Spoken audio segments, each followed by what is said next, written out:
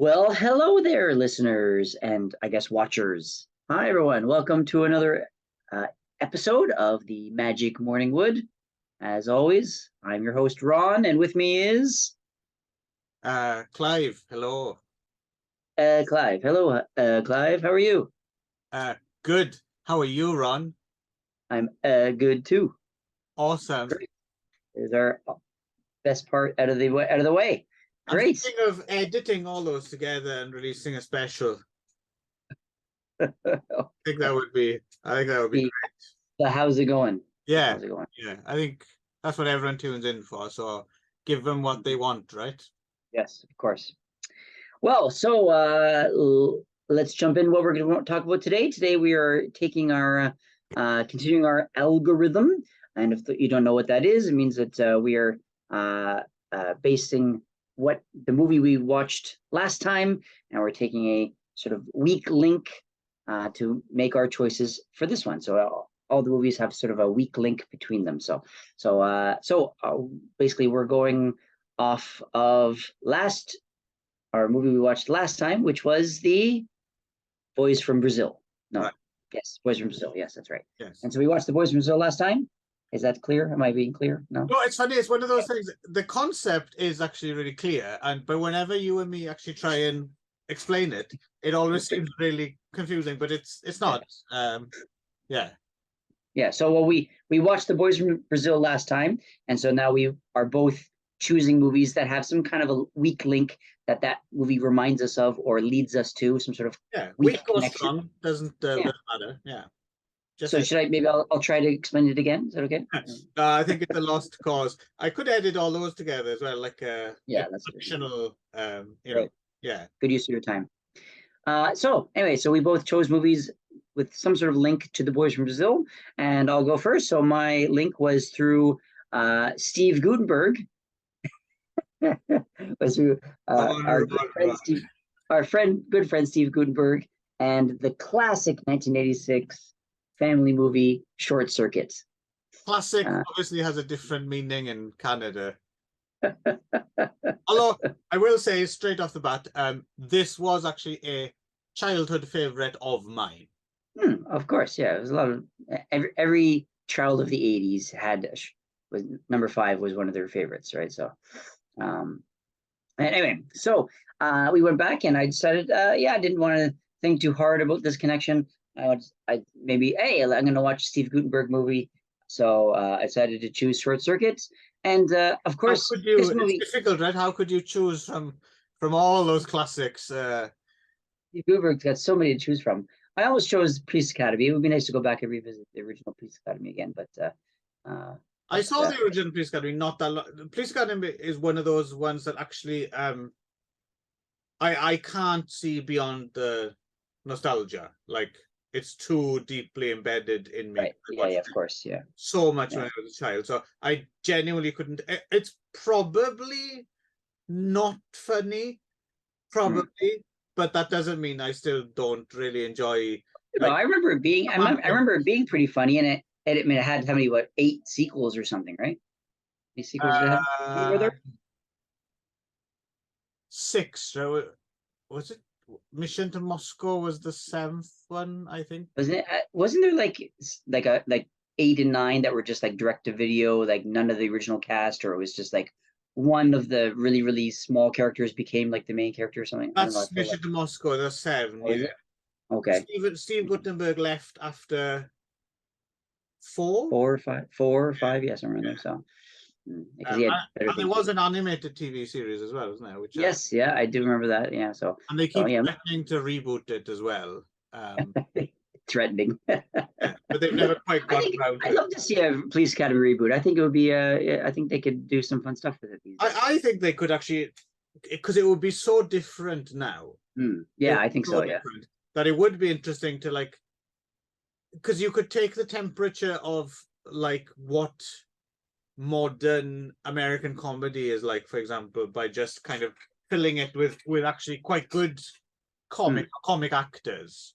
Sure, yeah. And the jokes would, I mean, I know Police Academy 85 wasn't exactly cutting edge of 85 comedy, but still, even even to do like tepid modern comedy would be interesting to see how it had changed.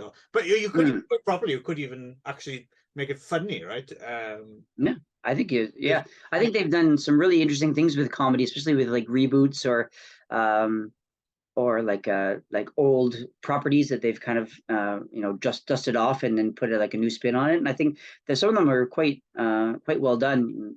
So I think that they could probably do something really cool with Police Academy reboots. But It's even like it has that potential as well. Like if you wanted to, bring in names, but without like dilute. So like the leads, you'd have like actually funny, like up and coming unknowns or something like that. But you could people like like the Commandant Lassard, or like the background of this, the small. You could put like people in those roles who aren't actually funny, but who have the name like a Seth Rogen or someone like that, to get people to come in without necessarily crippling the rest of the film, right? Because right, if you see what I mean. yes, I see what you mean exactly. Yeah. But I did not choose Police Academy. I chose Short Circuit. So Right. Yeah. So we went back and rewatched Short Circuit. I haven't seen this movie in probably more than 30 years, probably since the late 80s at least, yeah. And written by S. Wilson and Brent Maddock, Right. and uncredited Jay Tarsis, and directed by where do you go? Directed by John Badham. Yeah. Yeah. The Wilson and Maddock team later went on to do Tremors as well, right? They right. That's their one of their properties. And John Badham, of course, famous for War Games a few years earlier in this, and Saturday Night Fever, and so a much better film than I think Short Circuit was probably aiming for similar demographic, maybe to War Games, maybe a bit younger, like a I think it was meant to be a younger War Games Junior kind of thing, right? And of course Ali Sheedy's in both as well, but right. Yeah, but this I seem to remember. I think War Games is probably a legit pretty good film. I haven't seen it in a long time, but I feel it's a good film. Anyway, so as you said, starring Ali Sheedy and Steve Guttenberg, Fisher Stevens, yes, Austin. Oh yes, I am starring in this film. I am. Jesus Christ. G.W. Bailey, also from Police Academy. Doing his Police Academy character. Yeah, you're basically doing the same thing. Yeah, he does that. He always does. Yeah, and as well as a host of other people similar, but of course, mostly starring the Tim Blaney's voice as number 5. Right. So quick summary of this movie. For those of you who don't know this movie, it's the Nova Robotics or engineering have created 5 robots that have like sort of nuclear laser weapons on them, and are trying to sell them to the military as sort of infiltrating robots that can go behind enemy lines and kill the enemies and stuff like that. So they're doing that demonstration. So the army's there to kind of decide if they want to buy this stuff. And so it's a big kind of like military project. And Steve Guttenberg is the lead engineer who's created these, robotics engineer who's created these. And through a series of mishaps, one of the robots, number 5, is struck by lightning and becomes self-aware and becomes basically AI and AI, right?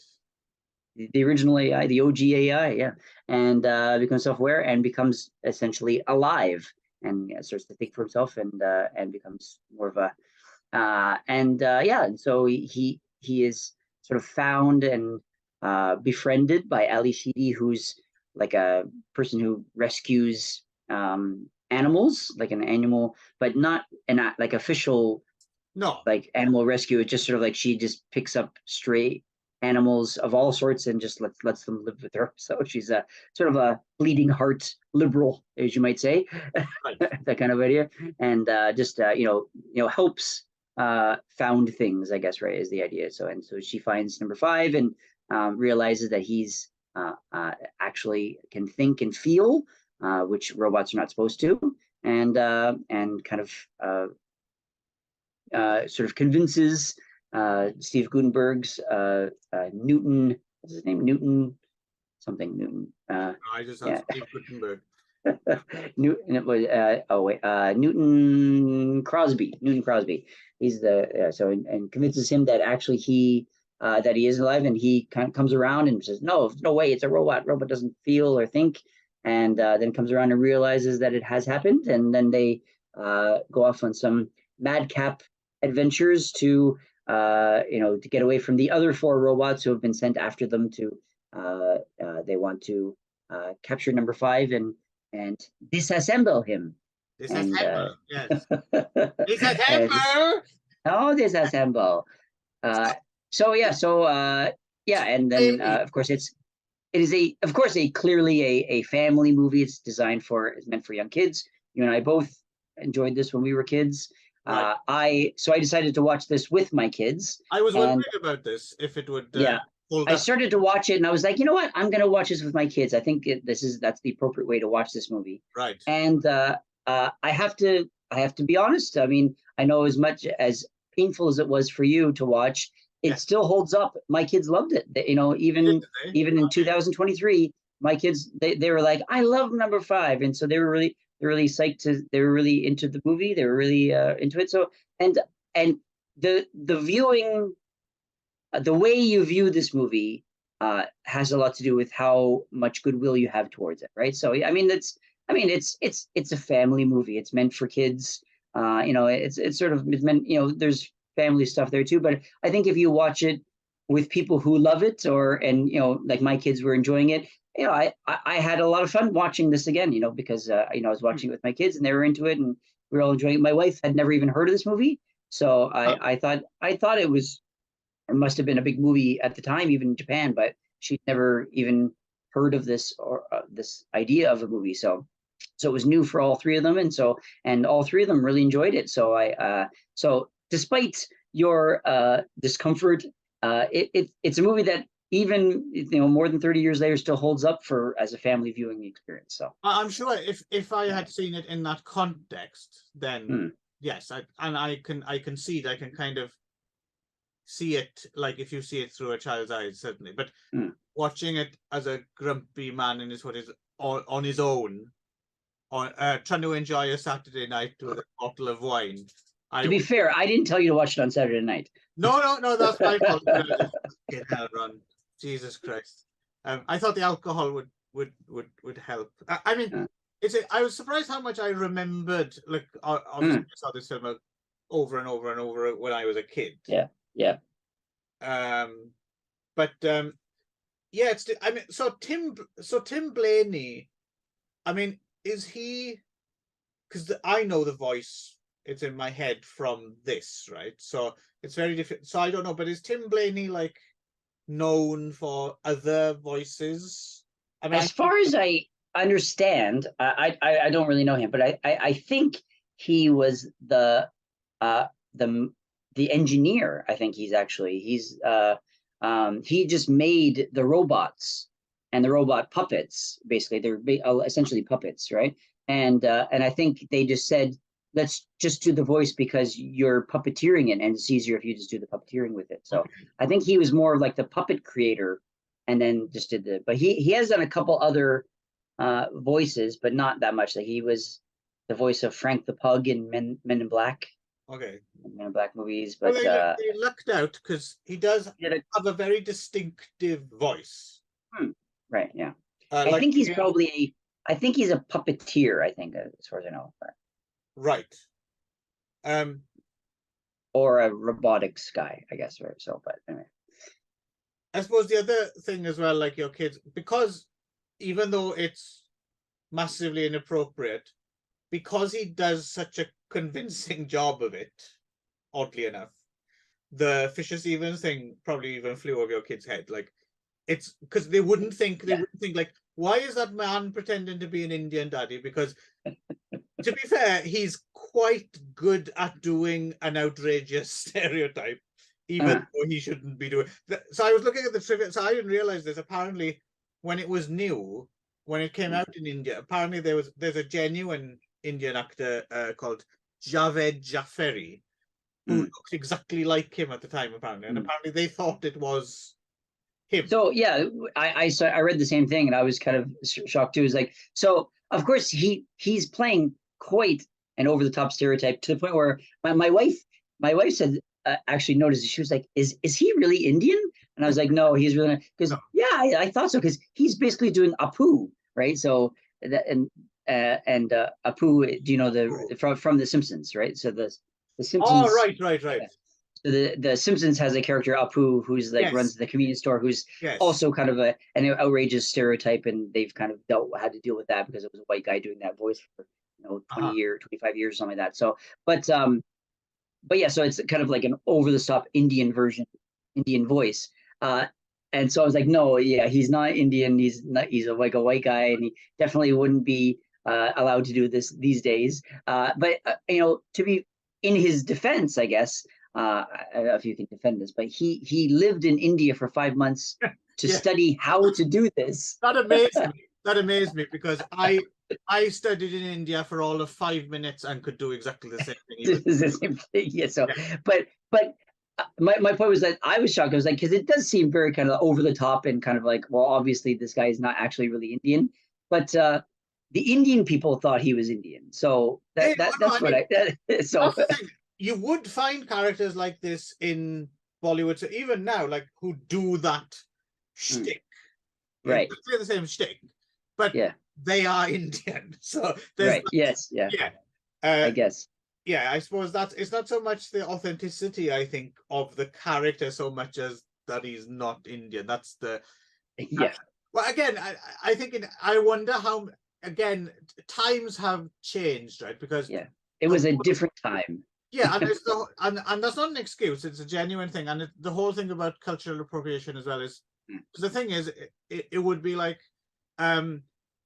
was there a whole bunch of other, genuine Indian American actors or Indian actors lining up to be cast for the role, and did he steal someone else's role or whatever? And sad to report, the answer's probably no, right? So it's not like it's indicative of something that was happening all the time. It's not cool, especially by today's standards, but it's not as if he clawed that role away from a bunch of other, Indians who were, because the other person they were going to cast was Bronson Pinchot, right? Or Pinchot. But I think Bronson Pinchot was going to be his Perfect Strangers character. There's you probably don't realize it. There's a sitcom in the 80s called Perfect Strangers, which was Bronson Pinchot.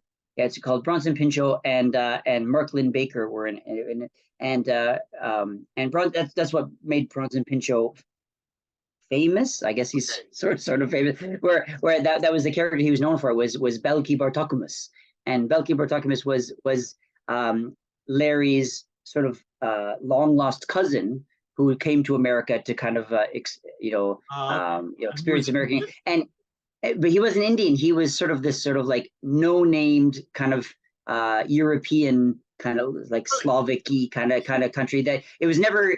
He came from, actually, it was a totally fictional country. He was from Mypos. Mypos. He was from. Is it the same thing he does in Beverly Hills Cop? Yes, but basically the same thing. So that's where that's where he became from. He became this sort of like strange kind of like from a somewhere else country, this kind of camp and this sort of like unrecognizable kind of accent, and so I think that was. It's kind of like what Andy Kaufman's Litvak was doing on Taxi.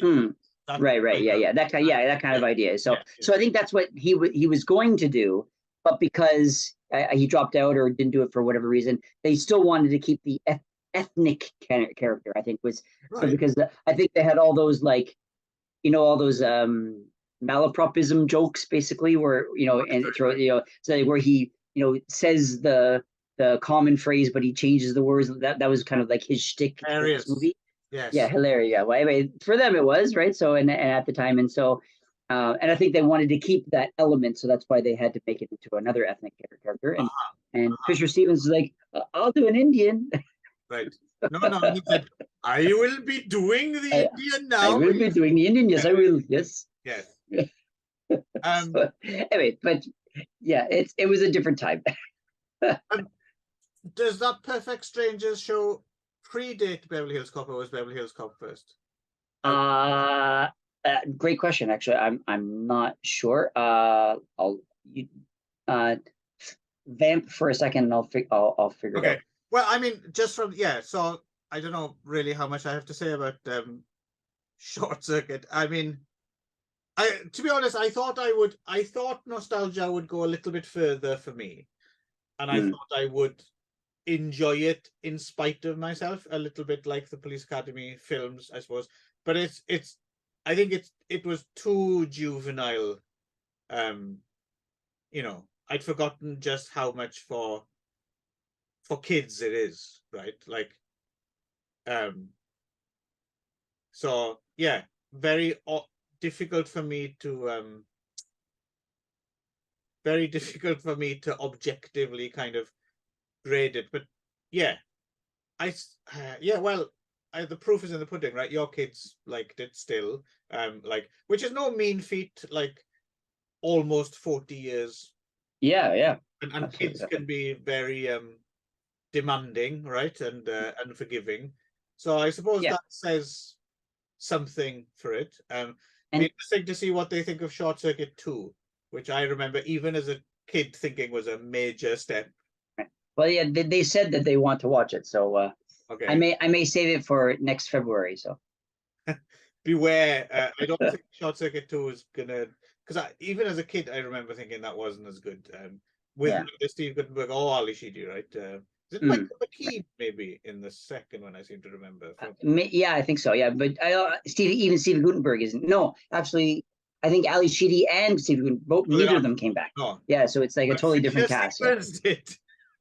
Who? Fisher Stevens did, I think. Fisher Stevens did, yeah. Yes. So yeah, it looks like Perfect Strangers was after Beverly Hills Cop, which was also both after Risky Business, which was his like a camp gay character in Risky Business or something. Yes, he did have a somewhat limited range for a while there, didn't he? Yeah. So that's what he's doing now. But, yeah. So I don't know. I mean, it is what it is. Anyway, I had fun watching it again. It was good. Do you think you would have enjoyed it by yourself, though? Yeah, I think so, because I think the nostalgia was enough for me in this case, and I think I'm just more open to family movies. I think you're just an old grumpy fuddy-duddy now, and you can't take things that are meant for kids. Possibly. Yeah, because remember last time we did a family movie, what was the Last Unicorn? You're like, oh, yeah, but that was because that was very good. So I'm sure I would be open to at least if a family friendly film, if not necessarily aimed at like I quite like that recent what they call the Red Turtle, that animated film, and Ghibli. I have no problem with Studio Ghibli. Ghibli's not really therefore. I mean, it depends on the movie. I guess like Totoro is forever, but it depends on the Ghibli. Oh yeah, I mean, I'm not rushing back to see like Ponyo, for example. That's like Ponyo. Yeah, Ponyo was meant for kids as opposed to like Naushka. You know what I mean? So right. But it's difficult. I mean, I'm not quite sure how you adjust. How do you switch your brain back to like kid mode? I don't know if adult things. Well, it's difficult. Well, I mean, I'm always in kid mode, having kids, so it's easier for me to do that switch. I suppose so. Yeah. It's easier for me to appreciate things which are meant for kids, or at least meant for families, just because I have more experience with it. I think, right? So right. Yeah, it's been a while for me. So Yeah, right. I'm one of those people as well. I do find it awkward, like as you've probably noticed when the few times I've met your children, I don't know how to talk to kids. Yeah, you are not a kid. Yeah, I'll say you're like, So, yeah, hello, how's it going? Yeah, me okay. too. Are we gonna have a meaning in conversation? Want a beer? Should No, I do you drink pretend beer? No. to be interested in that ball or toy that you're currently playing with? Because to be honest, I'm not. Yeah, it's just I can't do it. Just don't have the paternal instinct. No, no, no. Right then. So speaking of family-friendly children's films, Caravaggio. So this is I went via another cast member from Boys from Brazil. Michael Gough was in The Boys from Brazil, who's a great British actor, now deceased, who I suppose belongs in that kind of not first tier of like recognized horror stars like Christopher Lee or Peter Cushing like that, but he's more in the kind of the second tier. And he was in a lot of interesting things like Horror of the Black Museum and The Corpse, and I could have chosen And of course, mostly famous for playing Alfred in the original Batman, the Michael Keaton Batman. Yeah, and he was on those fucking Pepsi commercials as well, I think, wasn't he? The Batman Pepsi commercials, I think, as Alfred. I don't know those ones. Yeah. Yes, no, some people know him from that. But so I was looking around. I could have chosen one of those films, but this doing a million podcasts takes up some time. So sometimes I try and choose things that I have to watch anyway, right? Like I'm planning to watch. Right. So Yeah. Michael Gough, he's in Caravaggio. I need to watch Caravaggio. So let's watch Caravaggio with Ron and delight the little fellow. So sorry, why did you need to watch this for what other place? Oh no, I didn't need to watch it. I just needed to watch it in general because so this is a Derek Jarman film, and I need to see more Derek Jarman films because a very big name, long since dead. But I there's a lot of his films I haven't seen. Yeah, I've seen a handful of them, and I'm kind of interested in seeing some more. And this is considered one of his better films, right? Based on the Italian artist Caravaggio, whose dates are 1571 to 1610. Mostly lived in Rome until famously kind of the end of his life, where he was kind of which is shown in this film. He was kind of exiled, right? He went from Naples, Malta, and Sicily, where he died. And so did you know much about the artist Caravaggio before watching this film, Ron? No, I didn't know a great deal about it. I'd seen his I still don't know anything about it. Well, that's the interesting thing. Certainly I don't learn anything from this movie. So I'd seen his paintings, and I kind of vaguely knew that he did that chiaroscuro thing. And I like his paintings. His paintings are awesome, but I do like, I like that, like Goya and stuff like that kind of in my wheelhouse when it comes to fine art. But yes, I didn't know much about the man. And yeah, the film is, I think it's a film you've got to meet halfway, right? It's not going to do the work for you. It'll show you a portrait of Caravaggio's life, but I think it's kind of either you have to know about Caravaggio in advance to a certain extent, or you have to go and chase some of the leads, right, and research a little bit about him, which I don't know if you did that, but I kind of did that after this film because I was quite absolutely not. Right. Yeah, so Caravaggio, as played by Nigel Terry, most known as a stage actor, played King Arthur in Excalibur, John Bowman's Excalibur. And actually, between this, I know there's a huge gap. Like after this, he doesn't have another screen credit until, so this is 1985. He doesn't have a screen credit until 2001. Where he played Zarathustra in what was that film called?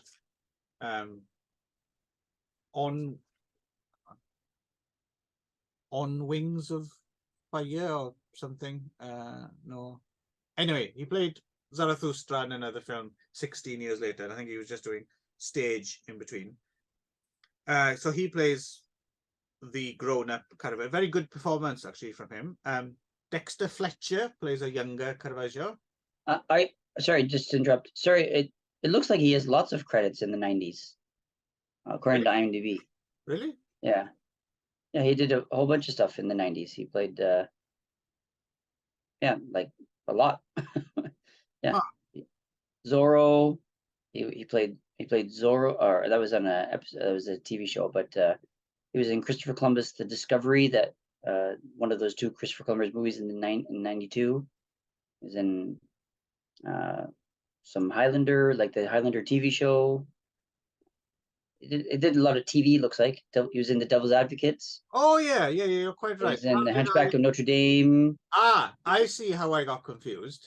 And he was Actually, in... it's kind of weird. If you look at Caravaggio, if you look at his IMDb listing, it has Caravaggio, and then the next film up is On Wings of Fire, which has the date 2001. And then it goes back to his next credit is 87, and it carries on as normal through the 90s. You're quite right. Maybe on yours, I'm using the IMDb app, and it doesn't do that. No. Really? It doesn't have 2001 On Wings of Fire after Caravaggio? No, the one after Caravaggio is Upline, which was a 1987 TV show he did 3 episodes of that. I don't even... That's very weird. Why would maybe it's just might just be the online. You're looking on the web version. Yeah, but but Wings of Fire is way up at the top. Yeah, so where it should be. Maybe it's just a glitch in the website or something. Yeah, that's interesting. Oh, it was the app is not that way though. Oh, it was anyway. This is fascinating watching. Yeah. Anyway, it doesn't matter one way or the other, but I singled it out just because I noticed that On Wings of Fire film looks kind of interesting. So like I said, Nigel Terry, very busy through the 80s and 90s, didn't take a break. God, what a busy exactly man. What you were saying. Yeah. Because I edit that out and make it look like I'm much more learned. Perfect. Yeah, so Dexter Fletcher as a younger Caravaggio. Dexter Fletcher nowadays most well known as a director, I suppose. He's the guy who kind of rescued Bohemian Rhapsody, right? After what's his face got into trouble. What is his name? I forget now. Usual Suspects guy. Again, blistering. Yeah. He did all those X-Men films. I didn't know I was going to be tested today. Sorry. Brian Singer. Yes. So although Bohemian Rhapsody's, I mean, didn't Brian Singer rescue him, or is it the other way around? No, it's the other way around. Because Bohemian Rhapsody is still credited as having Brian Singer as. Yeah, I know. Dexter Fletcher doesn't get the official credit, but he finished it. Oh, okay. Because Brian Singer was too wrapped up in legal problems, shall we say. I see. He's directed lots of other things as well. Seems to have a hand at making quite popular, crowd-pleasing films, right, Dexter Fletcher? I remember him from my generation remembers it mostly from he was on a TV series called Press Gang when I was a kid, which was all about like a newsroom for a school newspaper run by teenagers, which was very popular. Anyway, and you got Sean Bean as a bare knuckle boxer. Tilda Swinton in her first film, I believe. Robbie Coltrane and Michael Gough as a cardinal. Nigel Davenport, Spencer Lee, and so. I suppose the thing. So Derek Jarman. I just wanted to ask about Sean Bean. I know Sean Bean. Of course, Sean Bean most famous these days for Game of Thrones, of course, right? And Lord of the Rings, and poor Sean Bean. I guess the running joke about Sean Bean, of course, is that Sean Bean always dies in like every movie he's in. Oh, is that right? yeah. He's poor Sean Bean. He always dies. He always gets killed. And then of course the other joke, which is that is it Sean Bean or Sean Bon. Right, another classic It- gag there. Can't see it because it's spelled the same. See, this is why I don't follow modern things. Yeah. I take the temperature every now and again, like via people who do. Like, yeah, no. For this movie, I had to find things that could amuse me while I could find it. So I see. I'm sensing you didn't get on with this film, Ron. Sean Bean's actually one of those. I mean, Sean Bean's fine. I don't have a problem with Sean Bean at all. I think he's, a pretty good actor. But it's interesting how he's become like, even pre Game of Thrones, he seems like there's a type of British TV actor who I grew up watching. Sean Bean was on, and there's a lot of them. There's a lot of people like that, and they occasionally turn up in Hollywood films or another. But Sean Bean seems to have been quite embraced by international film culture, shall we say. Like, you see him in a lot of things. Like, a lot of people put him in things. He was in Possessor, for instance, Brandon Cronenberg's film a couple of years ago, and he gets to be in things that I think other British TV actors of the same ilk don't get the opportunity necessarily to act all around the world and in big productions and things like he does. Again, I'm not begrudging him that, because I think he's fine, but I often wonder why Sean Bean. Like, he doesn't strike me as like, wow, what a stellar Sean Bean performance. Do you know what I mean? Like, oh, that was. I'm not quite sure why he just got lucky, or he got the right roles, or do you know what I mean? Do you think of Sean Bean as like, yeah, he's one of the greats currently working? Or I've never been disappointed in a Sean Bean. Oh, neither have I. But performance, even in this one, I really didn't like this movie, but he was exactly what he was supposed to be. So yeah, good for him. Yeah, he was sort of the handsome, kind of brash, bare knuckle boxer guy, and he did what he was supposed to do. So yeah, I don't really have any negative thoughts about Sean Bean either way. But I don't have overly positive either. Do you know what I mean? Like, well, I mean, so great, or knowing Sean Bean from as I said, Game of Thrones and Lord of the Rings, I sort of like, I'm always like, oh, I said, like, when I saw him, I was like, oh, Sean Bean's in this movie. Oh, that's cool. And then I was like, oh, and Tilda Swinton too. Oh, cool. And then I was like, oh, wait. Right. Yeah, so it made me sit up and watch more. So I would say maybe I do like him, maybe.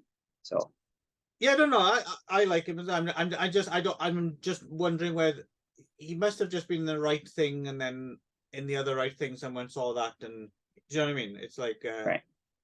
For instance, another contemporary of his, I suppose, is Sean Pertwee, right? Who I think of in kind of this, and he hasn't seemed to have quite got the same cultural cachet for whatever reason. Him, I'm not sure who that. Oh, what was he in? Well, he's in all sorts of things as well, but he was John Pertwee's son. John Pertwee, okay. The Doctor Who, right? Yeah.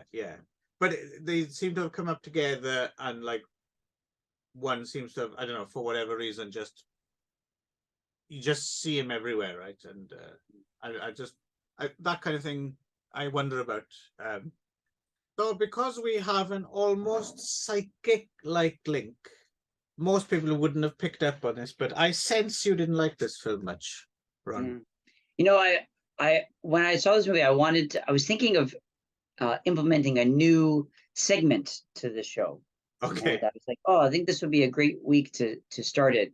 But then you went and spoiled it by so my idea for a new segment was to play I was still trying to think of a good title for it, but something along the lines of like guess the feeling or guess the opinion or something. So I was thinking, rather than just us just sitting down and just saying, I think this, what did you think? I thought this, the end, right? I thought maybe we could play a game based on, like, what do you think?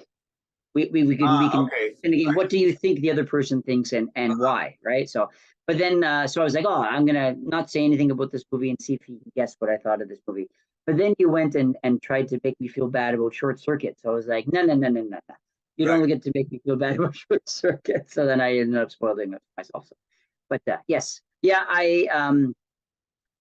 this movie made me is one of the, sometimes this happens, especially with movies you choose, where it actually gives me like existential crisis in terms of and Oh, like makes me like angry on a visceral level, just ah, because I was like I really feel like when I look back on my life and I'm going to think about all the hours that I wasted watching these shitty movies. Like it's movies like this that's really going to make me really angry that about how much of my life I wasted doing this.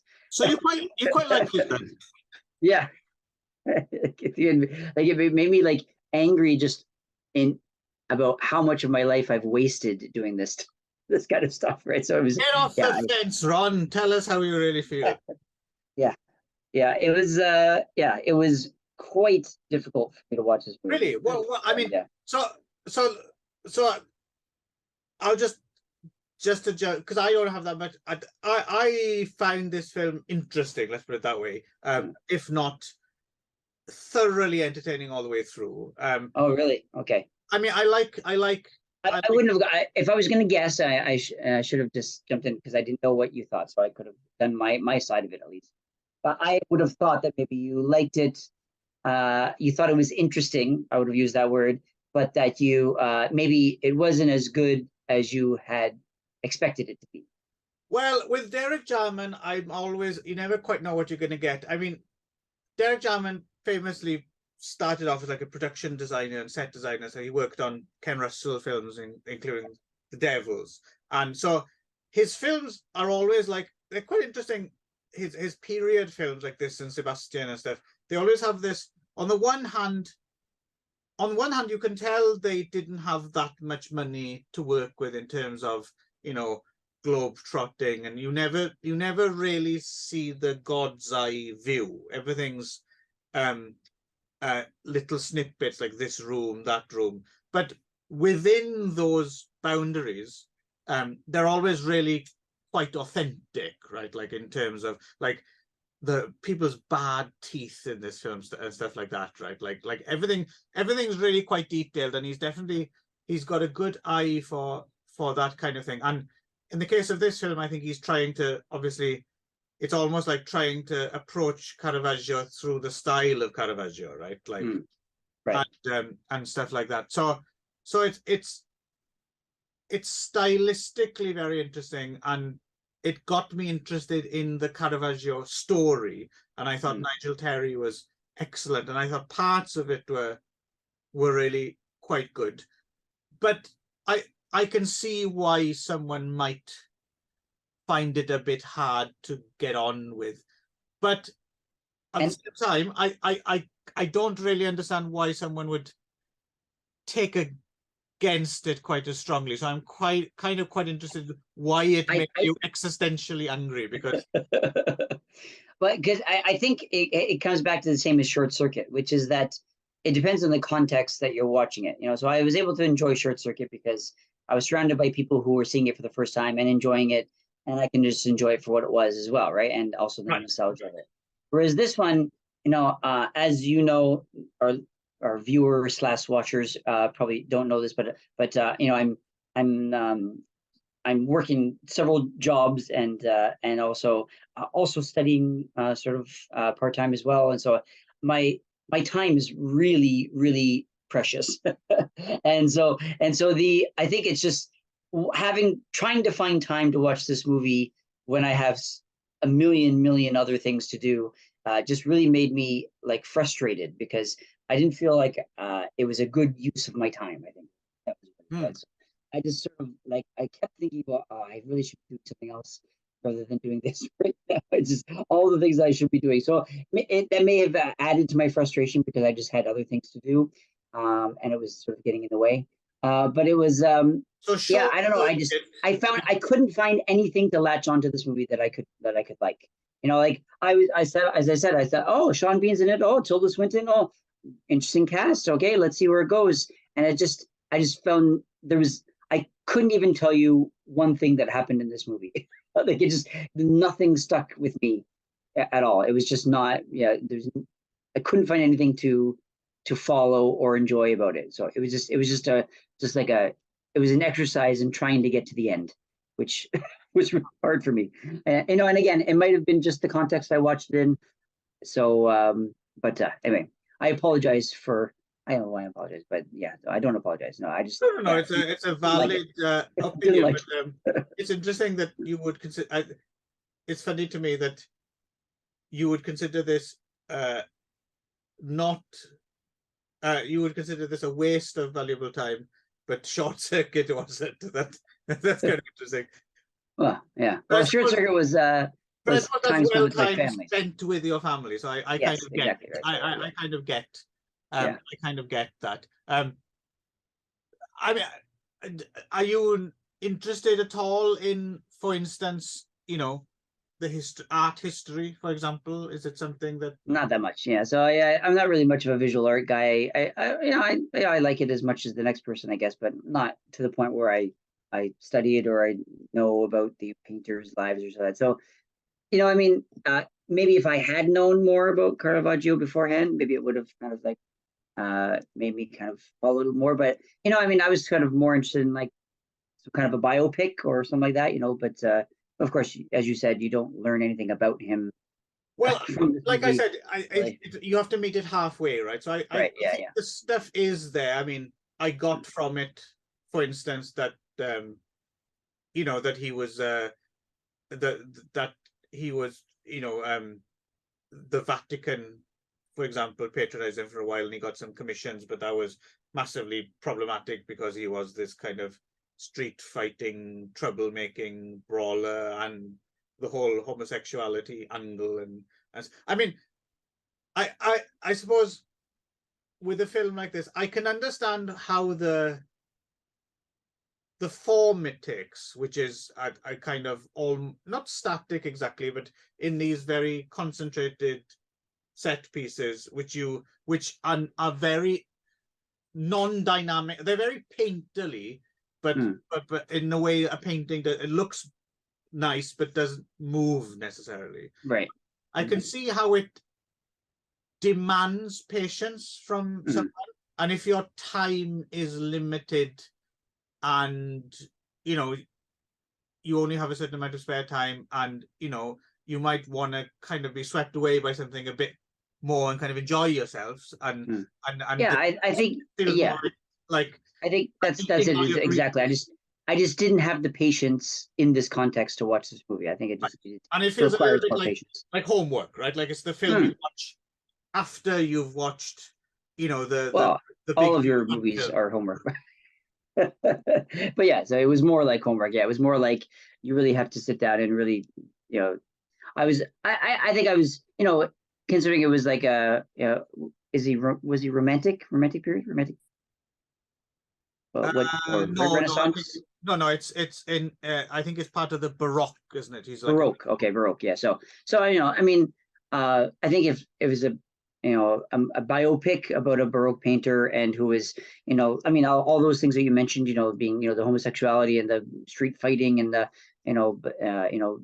contentious relationship with the Vatican and stuff. That all sounds like it would make for like an interesting story. But I think just I couldn't find the thread to really latch onto to really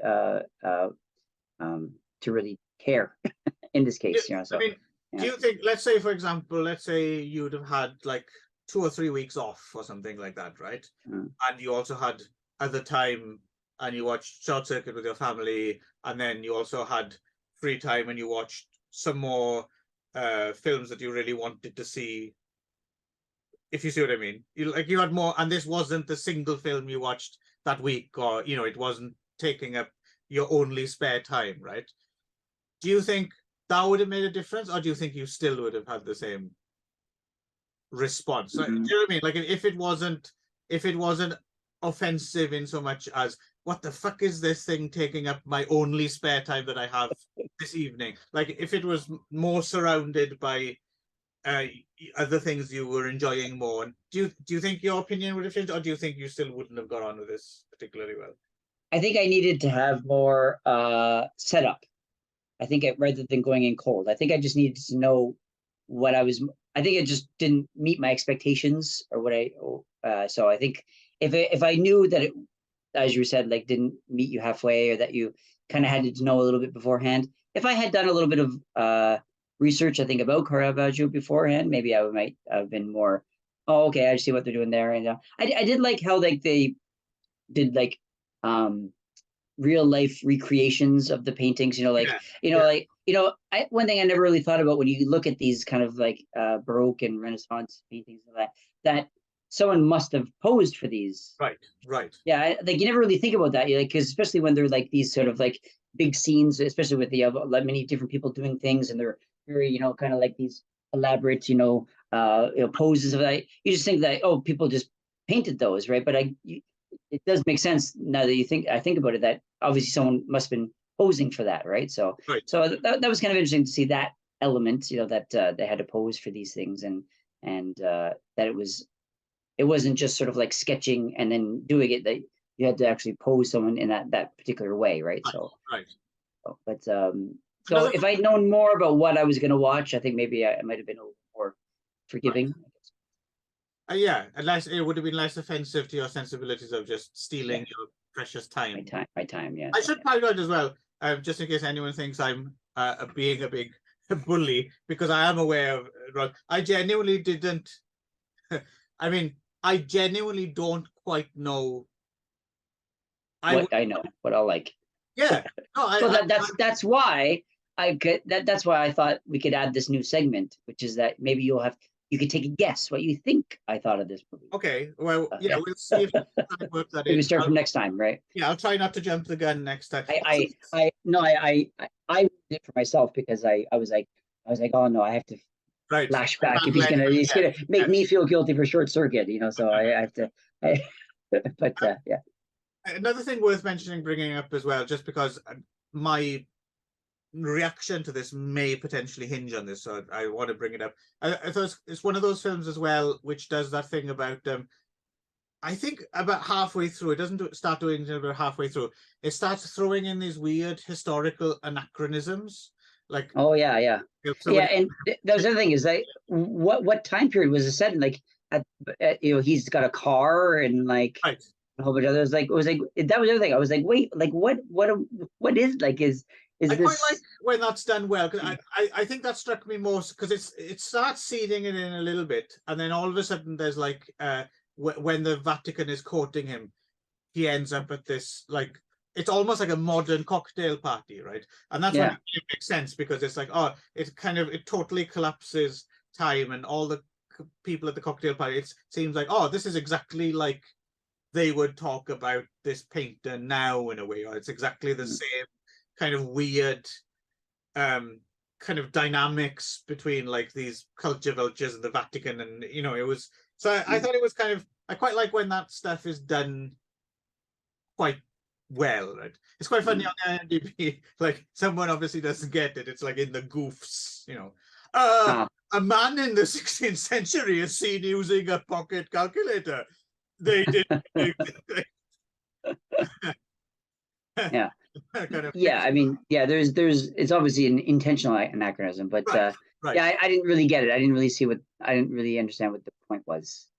So you're saying it was because it was trying to draw attention to the universality of these kind of I think so. themes? That's usually why Yeah. people use these kind of motifs, right? Is Mhm. yes, is to kind of collapse the barrier, the time barrier between then and now, and so you can kind of relate to it a bit more, see how things haven't changed in some ways, or Mhm. yeah, um, yeah. So the one last question I suppose I would have you by any chance or were you already familiar with the works of Caravaggio, the paintings of Caravaggio? Ah, No, not really. Yeah, ah, not any more than anybody else. Yeah. So yeah, as I said, I mean, I like art just as much as anybody else, but I don't really study it enough to know right. I would this just is like that to know painting, if you this is that like painting. if you like the works of Caravaggio, because I really like his stuff. So again, I don't know much about it. I couldn't tell you anything about it, I think. But just I like nice pictures, Cav. good job. Yeah, good. Yeah, Yeah. I mean, I couldn't even tell you what Caravaggio painting looks like, so I'd have to look them up. So But that's why I was wondering if you had, yeah. if you got on with them, or if it wasn't, because I suppose the artwork as well might not necessarily be for everyone, but yeah. I mean, I like Baroque paintings, and that one they showed in there, the Medusa on that kind of like ground one. That's kind of cool. Yeah. So yeah, there we go. Then yeah, okay. So you do have a taste for that, maybe. It was good. I like that the film gave me a kind of spurred me to, because it is something that I'm interested in, but I'm lazy about.